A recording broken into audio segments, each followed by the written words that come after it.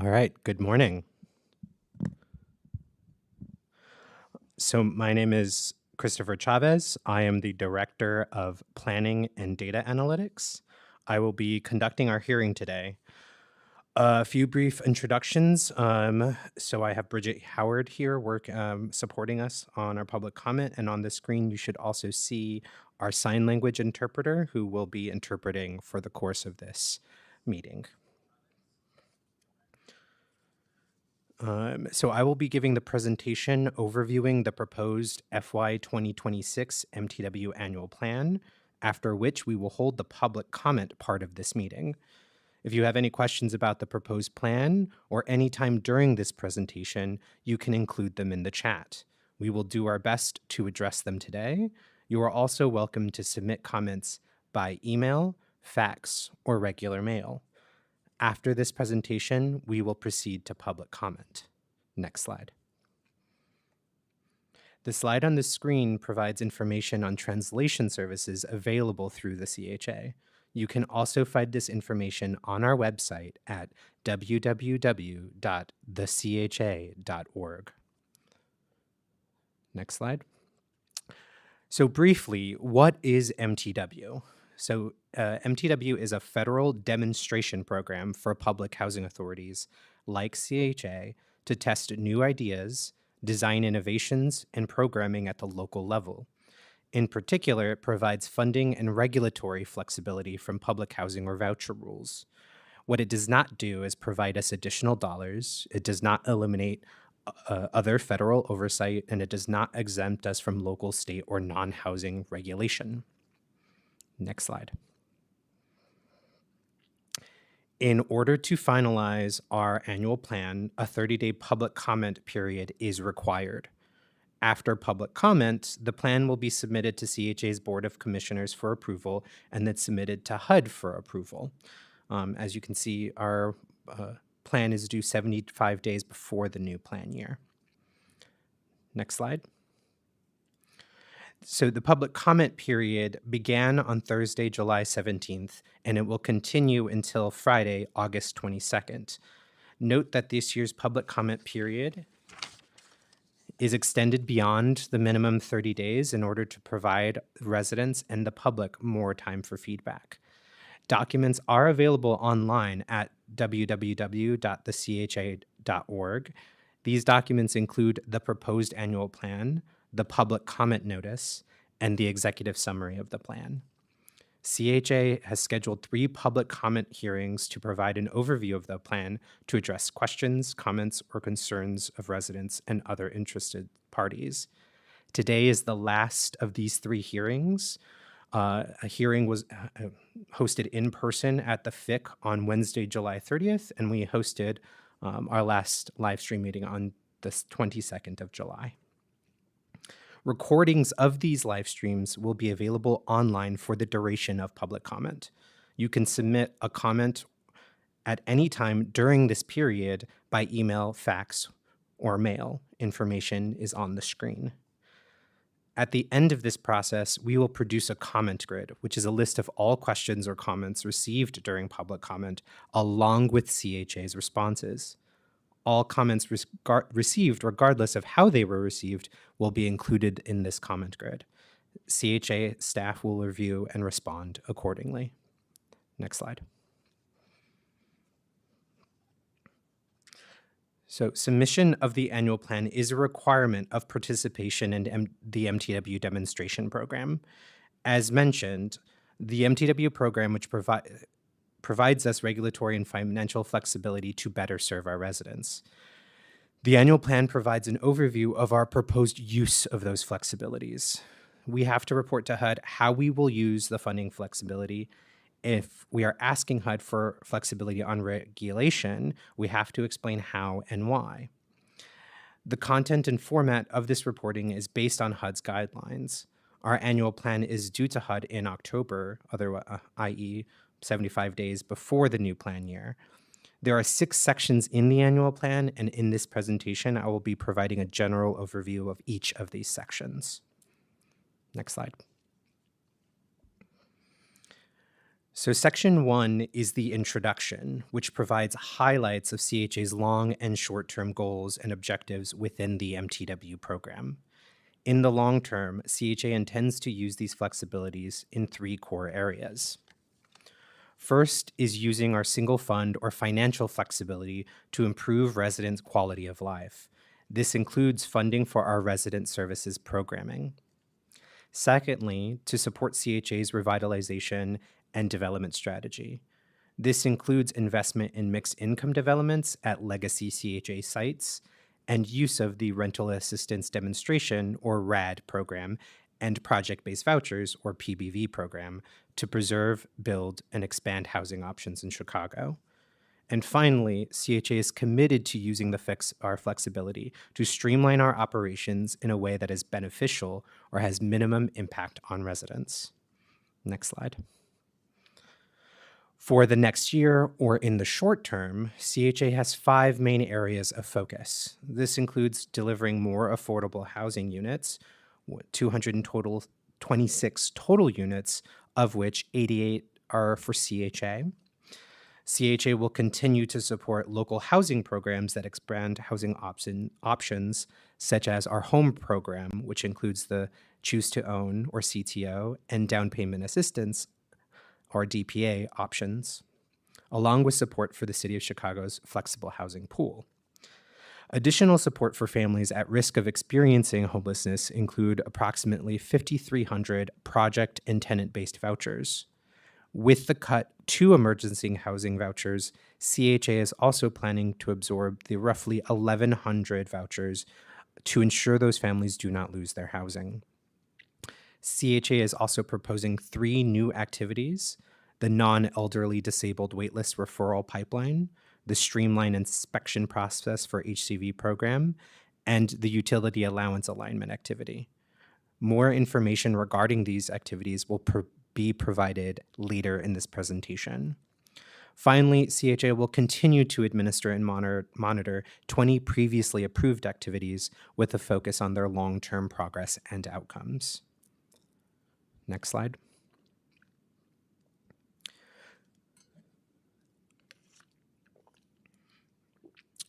The following slide represents the current pipeline of rental housing development. In particular, those items highlighted in yellow are expected to deliver in fiscal year 2026, or next year.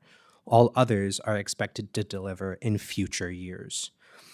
Those expected to deliver next year include Legends South A3, Ogden Commons A2, and Parkside 5.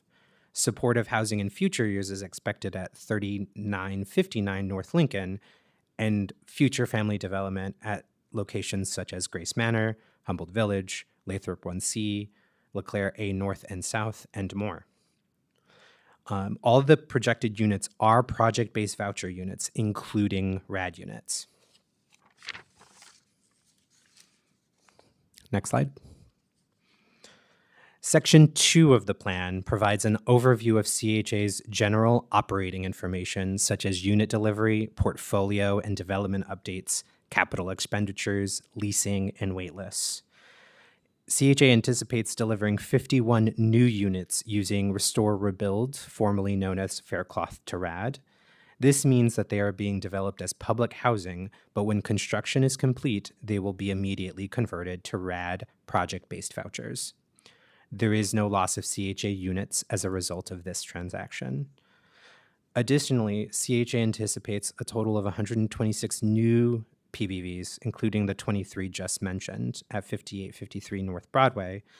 This also includes 103 public housing conversions to RAD PBV. Additionally, there is no loss of CHA housing as a result of the RAD conversions. CHA will continue to support 12,600 odd existing family, senior, and supportive PBVs.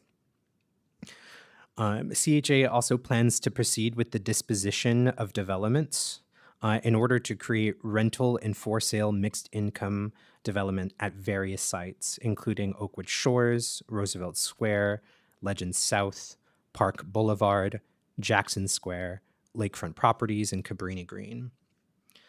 CHA also anticipates having several projects continuing construction, such as Parkside 5, Oak and Larrabee, Loomis Courts, and more. We also anticipate having for sale construction activity at Lakefront Properties, Oakwood Shores, and Legend South, and anticipate conducting pre-construction planning at locations such as Park Boulevard 4B, Park Boulevard for Sale, and 45th and Evans, otherwise known as Washington Park. Next slide.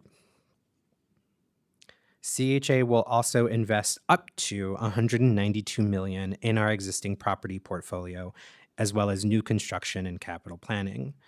Capital investments include prehab, preservation and rehab work at family sites such as Abla Brooks, Dearborn, Horner, and more. Senior properties such as Ella Flagg Young, Mahalia Jackson, and Mary Jane Richardson, and various investments in our scattered sites portfolio of small, medium, and large multifamily properties. New construction investment is anticipated at Oak and Larrabee, Lathrop 1C, LeClaire A North, Southbridge 1C, and near West Side. We also anticipate capital planning investments, expenditures for upgrading our ERP or Enterprise Resource Planning System, along with physical needs assessments at various properties. Next slide. CHA anticipates serving more than 66,000 households next year, including approximately 54,000 vouchers, 12,000 public housing units, and 250 through our MTW local non-traditional programs. We will also continue to maintain our site-based family and senior waitlists for public housing and project-based housing, community area scattered site waitlists, and citywide waitlists for the Voucher Choice Program. Next slide. Section 3 of the plan includes our proposed new MTW activities or proposed significant changes to existing activities. Activities are programs or initiatives CHA has implemented that are different from what HUD regulations would normally allow. So we have to explain what, why, and how we will go about these activities. In 2026, CHA is proposing 3 new MTW activities, the first being our non-elderly waitlist referral pipeline. This will allow qualified partners to pre-screen applicants to expedite the process of housing qualified households. Next slide. We are also proposing a streamlined inspection process for the HCV program. So rather than adopting Inspire in its entirety, CHA will instead adopt a modified inspection process.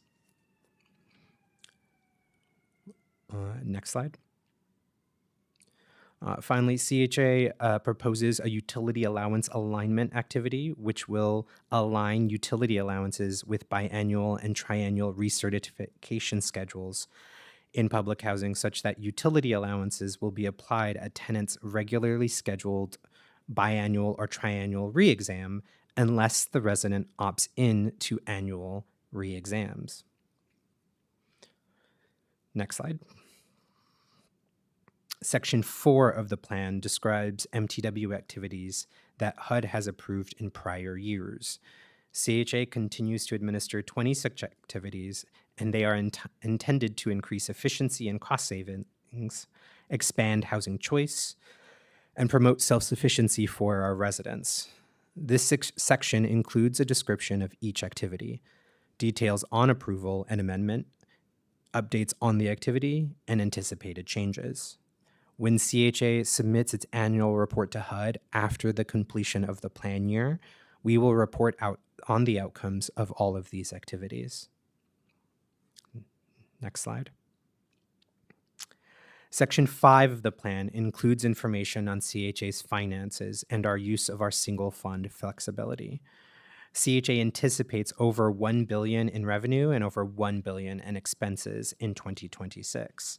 Note that the numbers in the finance section are placeholders, as CHA is currently in the midst of its budgeting process, and our numbers will not be finalized until later this fall.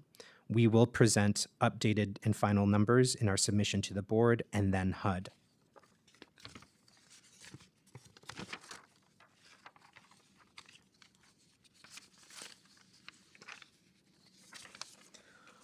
Next slide, please. All right.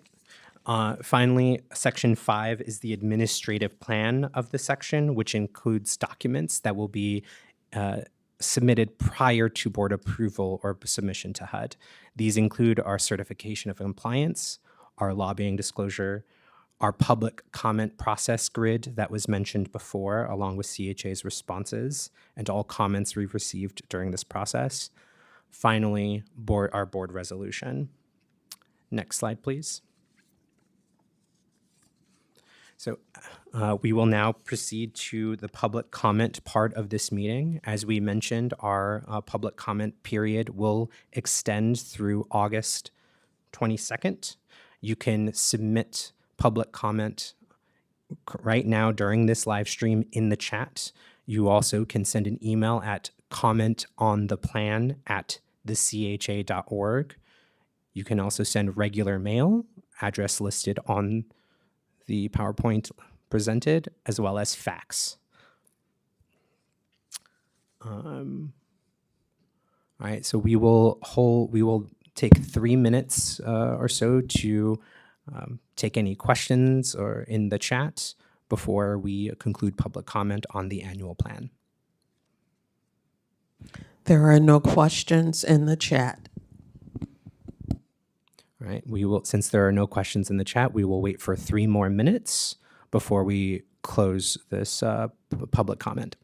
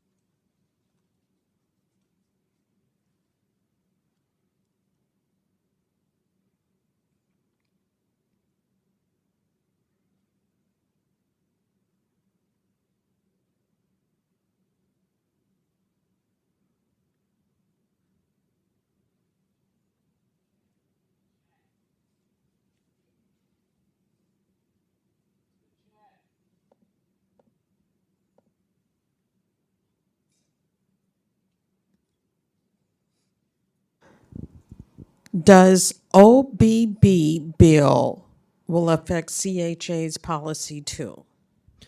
So the question is, does OBBB bill affect CHA's policies as well? I believe that's a reference to the One Big Beautiful bill. So we are keeping our eyes on it and how that would impact our policies and operations. I do not have a holistic response to you right now, but if you leave your contact information with your comment, we can have somebody follow up more directly about how we anticipate this bill impacting CHA's operations.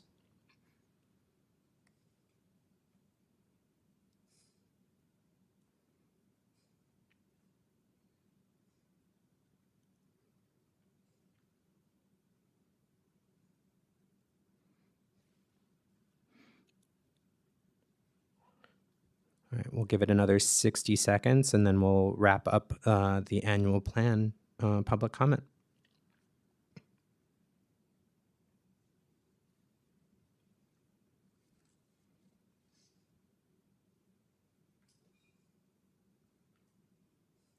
Next question. If minimum pay will be raised to $75 a month, how much will the minimum income level be?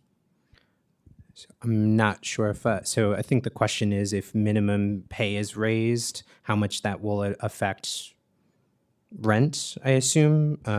So currently, we do have an MTW activity that sets the minimum rent in public housing and HCV at $75 unless you pursue hardship.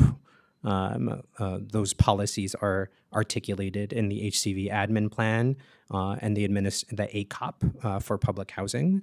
More information can be found there. But like we mentioned, if you have specific questions about how your income will impact your rent obligations, you can reach out to the CHA directly, or again, use the contact information on the screen.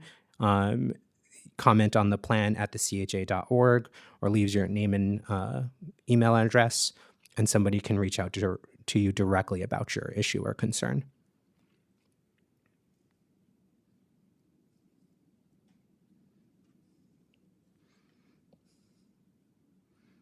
All right.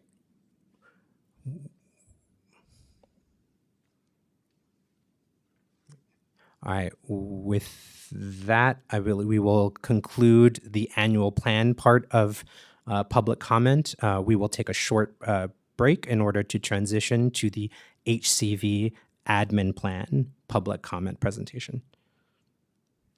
All right.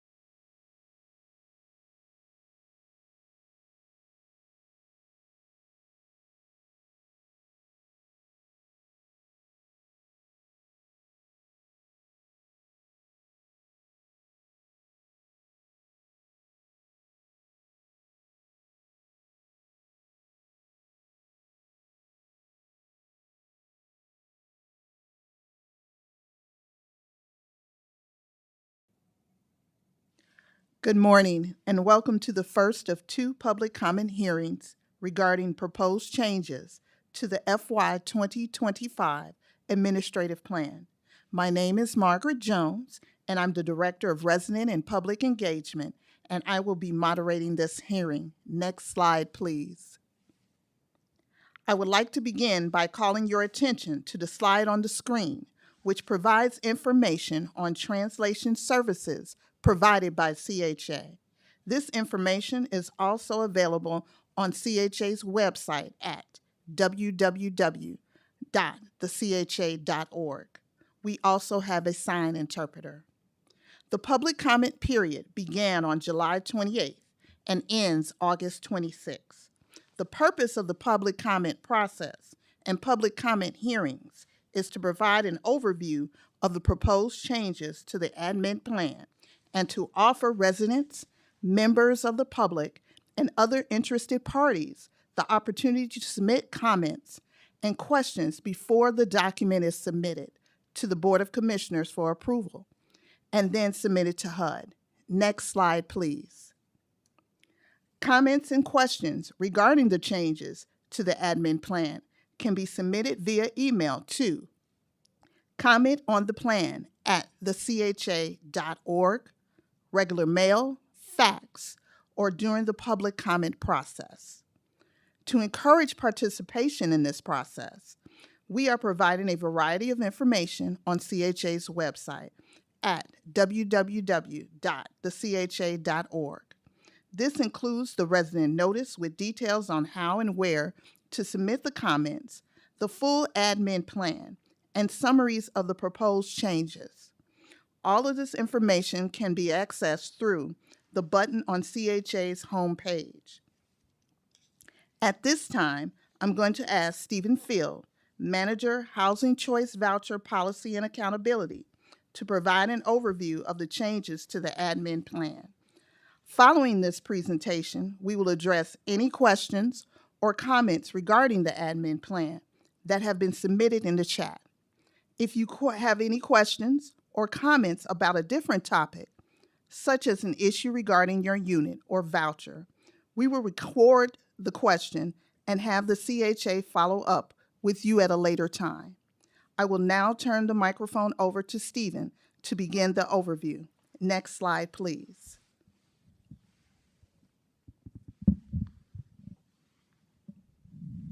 Thank you, Margaret. Next slide, please.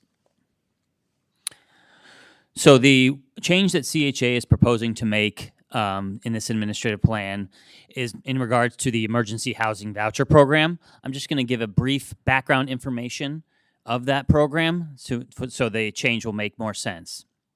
So the Emergency Housing Voucher Program was part of the American Rescue Plan Act of 2021.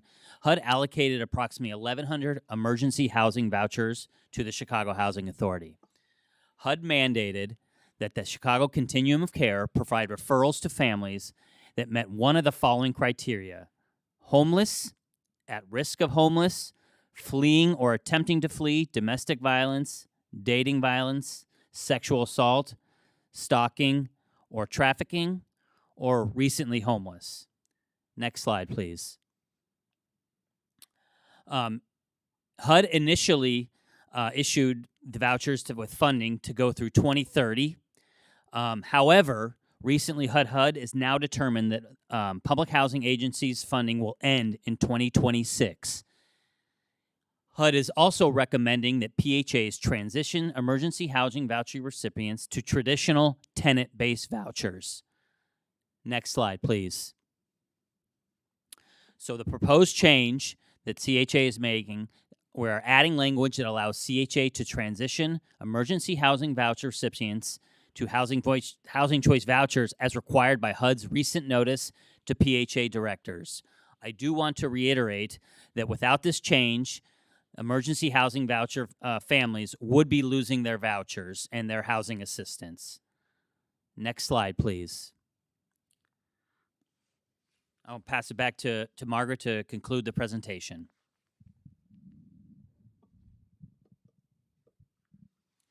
Thanks, Stephen. We will now move to the public comment portion of the meeting. Are there any questions?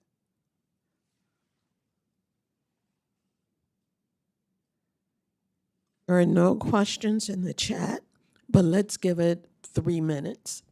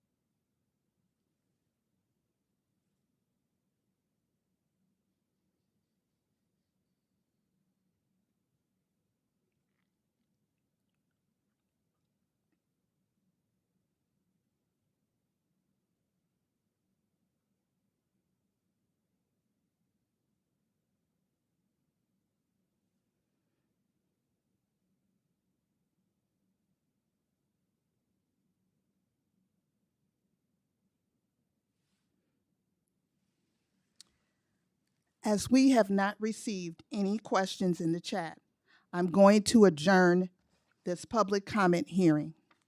The public comment period continues through August 26th, and comments can be submitted by email, fax, mail, or in-person drop-off through that date.